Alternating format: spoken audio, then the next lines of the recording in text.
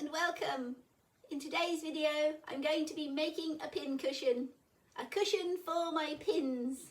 I've been doing lots of sewing recently and up to now I've had my pins in this nice little saucery dish and they've been fine. But I've decided while I'm doing so much sewing I'm going to sew myself a little pin cushion.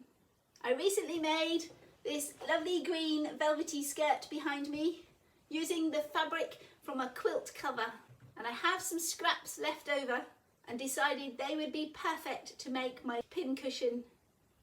So for our pin cushion project I'm going to need some material, and I've got this lovely silky velvet. So I've got 2 squares of this, each measuring 6.5 inches along each side, or 16.5 centimetres, depending which measurement you'd like to work with.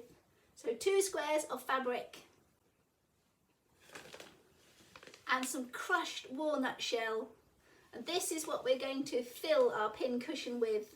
I got my crushed walnut shell on eBay and I've got about 500 grams here, but I plan to make a couple of pin cushions, one for me, one for my daughter, and a spare one for a friend.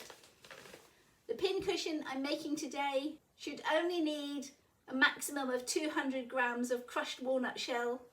Now my walnut shell is just plain walnut shell, but you can get it in all sorts of lovely scents of vanilla and cherry and lavender. So have a search around and see if you can find one that has a scent you like, or like me, just plain crushed walnut shell. This will keep your pins nice and sharp as well as you poke them in and out of your pin cushion. Another thing I want for today's project is an old plastic bottle. Now you can have a large one or a small one, it doesn't matter. And I'm going to cut the top off this bottle, well, not its top, the top section of this bottle, so I can use that as a funnel to put my walnut shell into my newly made pin cushion. So that's going to be my first job, is cut this bottle into a funnel. So with a sharp craft knife, a pair of scissors, or maybe a hacksaw, whatever you have available. Take your bottle, it can, as I said, it can be a small bottle or your large 2-litre drinks bottles. You'll just get a bigger funnel with your bigger bottle.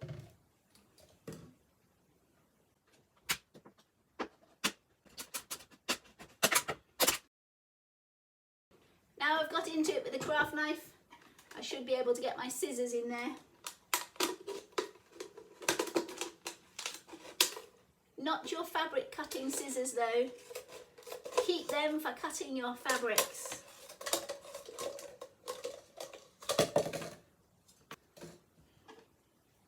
Just tidy up the edge of this.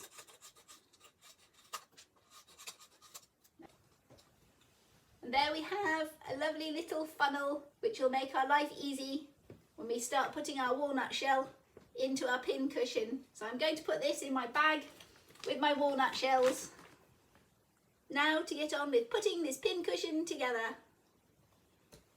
So taking my 2 squares of fabric, I'm going to place them right side to right side, which in my case is the velvety side to the velvety side,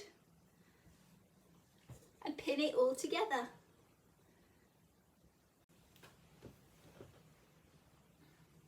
So now we have our 2 pieces of fabric pinned together right sides to right sides. I'm going to put this through the sewing machine, leaving a normal seam allowance, and stitch all the way around the edge. That's not true. I'm not going to stitch all the way round. I'm going to leave a little space about there. So I want to stitch all of the corners, but on one flat side I'm going to leave a gap where I don't put any stitching. So I'll start here, work my way all the way around and finish here.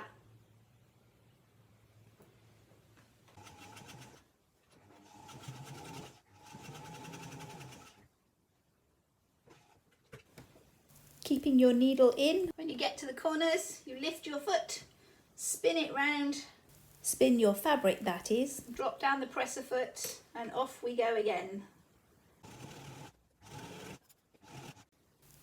Needle in, lift the foot, spin the fabric and down with the presser foot. And off we go again.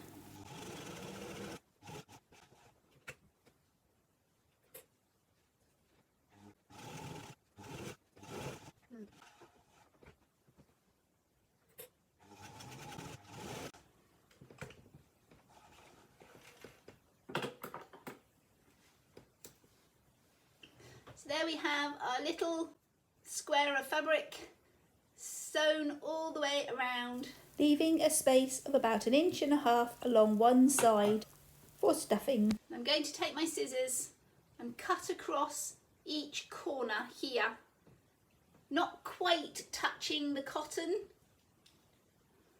I'll do one to show you. There. Just across the corners like that, making it a little bit closer. A little closer to your stitching line, but not so close you cut your stitching thread. And do that with all 4 corners. Now if, like me, and you're making a green pin cushion, by all means stitch that using green cotton. I've chosen to use the white today so it'll show up nicely on the camera and you can see what I'm doing. So having made our little pouch, our little square, I'm going to turn that right side out. Using that space we left and didn't stitch. Poke your finger, or even a slightly rounded pair of scissors or a pencil into those corners to poke them out nice and pointy. So now we have our little pouch of fabric with its one open gap. I'm going to stitch all the way around this again on the outside this time, about a sewing machine foot width from the edge. I'm going to stitch like before, not sewing across our gap, starting at one side of our open space and stitching all the way around the edge, as I say, a sewing machine foot width away, and stopping at the other side of our open gap. We still don't want to be closing up this little opening. Now for this bit, as before, you could use sewing cotton the same colour as your fabric, but it could also be quite fun, especially if you have a plain coloured fabric, to use a contrasting cotton that will really stand out. On this green, something like a golden yellow or a bright red might look quite good.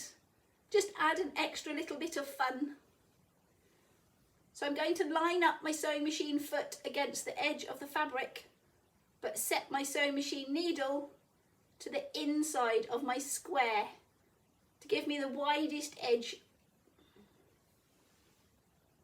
You can also mark your open point with a couple of pins,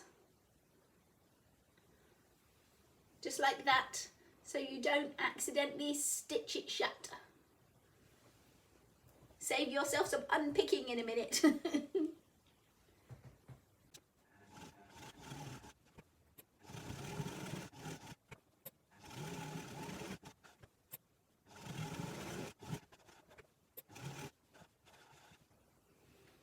Having got to the end of this line of stitching, I've decided whilst this is going to be holding in the walnut shell, I'm going to spin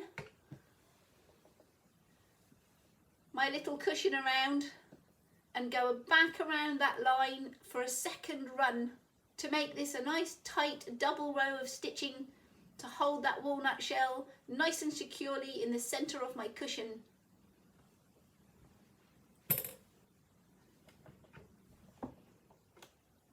Now this time round, I've put my sewing needle into the centre of my foot. That way it will be easier to follow my original line of stitching and keep things neatly lined up. Don't believe it! Set the camera up beautifully so you could see me stitch around the edge. I didn't switch it on. So here we have our little square with its two lines of stitching, one on top of the other, all the way around the edge, except for our little open gap. We can take out those two pins that were marking our open site, and we're ready to fill our pin cushion. So using the little funnel we made, put that into the open spot.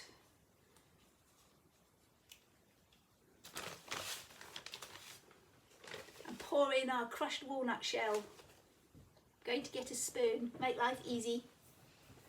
My little 1/4 cup cooking measure, that'll be perfect. So scooping up your crushed walnut shell and pouring it in the little funnel we made.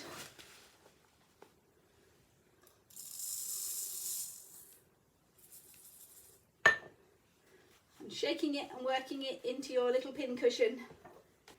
So I'm bouncing it on the table to pack it in nice and tight before I pour in a bit more.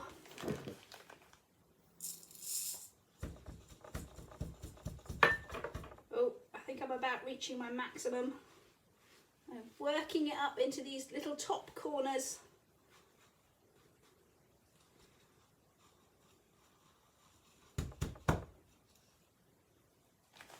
I think that's as full as I'm going to get. So now comes the trickiest bit. I'm going to do a little hand stitching just to hold things in place and stitch our open gap, sealing off this inside seam that we stitched on the right side of the fabric. So I just want to put a few stitches in here to hold things closed, and then I will run it through the sewing machine with 2 rows of stitching, exactly the same as we did all the way around the outside edge, because this is the row of stitching that's holding in all our walnut shell. So now I've run a little line of tacking along our open gap. I've not sealed in this top edge completely, it's just this inner row of stitching, enough to stop all our walnut shell falling out. I'm going to try and push the walnut shell out of the way just enough so I can run the sewing machine over that space and make it nice and strong.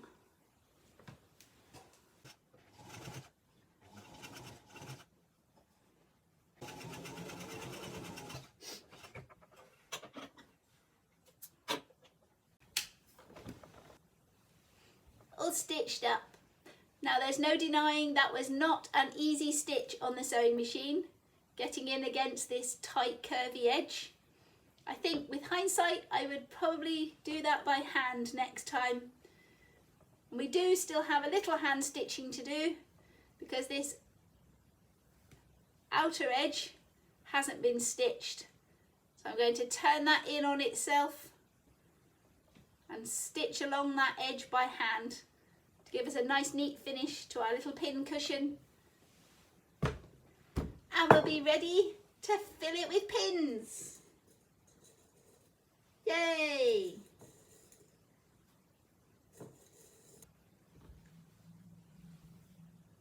A lovely little pin cushion.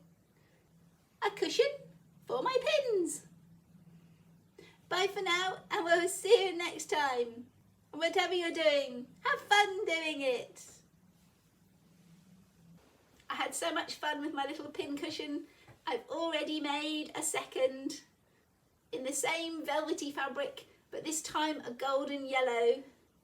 I put a little less stuffing in this one, so it's got a little bit more squish to it than my original green, and it made it slightly easier to stitch up this inner seam when it was all packed with the walnut shell.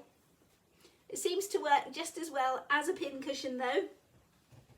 And what I have found with this little flappy cushiony edge that we've created, it's just perfect for clipping my little sewing pegs onto.